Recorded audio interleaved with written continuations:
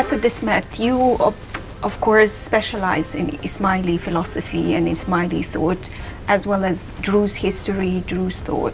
So it's just an easy question for you. How does this conflict fit with the area of your own research, but also in terms of this focus of your own research?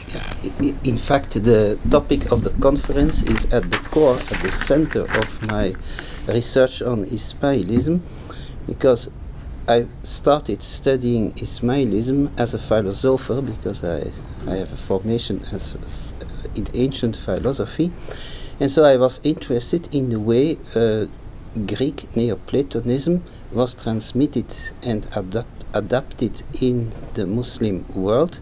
And one of the most, in my eyes, the most fascinating aspects of this assimilation is in Ismailism. So always in the 10th century, Ismaili authors such as Nazafi, Abu Hatim Razi, Abu Yaqub Sijistani adopted the works of Plotinus, which were translated, they are not real translations, but which were adapted in Arabic in the circle of the philosopher El-Kindi, and a half century later we find traces of these works in Ismaili authors.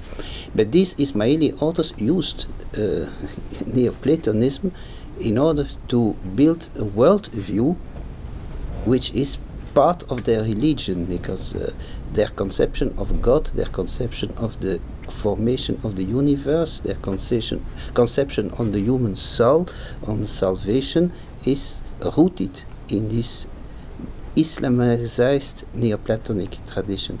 So there we have an intellectual interaction with pre-Islamic Greek thought. Another example is the important influence of some Christian theology in early Shi'i imamology, the way the Shi'is conceive the cycles of the prophets, and also the nature of the imam is very close to what we find in some Manichaean, but also in what is called Judeo-Christian Ebionism, for instance. And so there is a real continuity with pre-Islamic religion and pre-Islamic thought. So Ismaili movement is a very, very rich movement. There are many, many traditions, many different currents in Ismailism, and they were always very open to influences from outside. And then another aspect of my research concerns Tayyibism, Tayyibi Mustali esoteric doctrine, and there it developed from the 12th century onwards, mainly in Yemen and then later in India. And there we see again that these authors have a very fruitful interaction with previous traditions in Ismailism and in Shi'i thought in general. We have also interaction with the Ikhwan Safa, the Rasail Ikhwan Safa, who at that moment are extensively quoted and also commented, and so it's a that's the fascinating aspect of Ismailism, that it is a continuous dialogue with pre-Islamic elements, but also with contemporary. There is also the interaction of philosophy, of falsafa, on Ismailism, the influence of Farabi, the influence of Ibn Sina. So this is the whole richness, the whole also interest of Ismaili thought.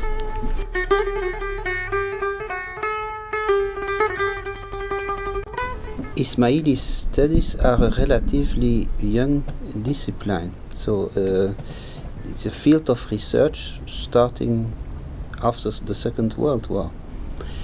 And today, after 60, 70 years of research, we start having some idea of the contents of the doctrines.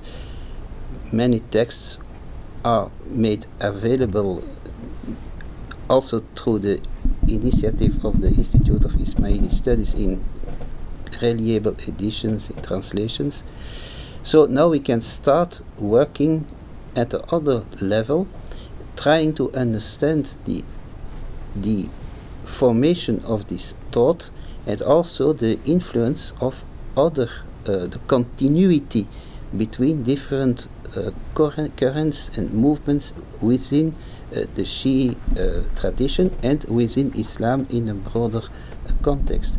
So we first need to have a good understanding of the contents of Ismaili thought, and then now I think we start to have such a knowledge, and now the future task will be to evaluate the place of Ismaili thought in the broader context of Shi'i and Islamic thought. And so I think that the conference, as a present conference organized by Orhan, is a very good opportunity to start such an investigation, and I think there is lots of work to be done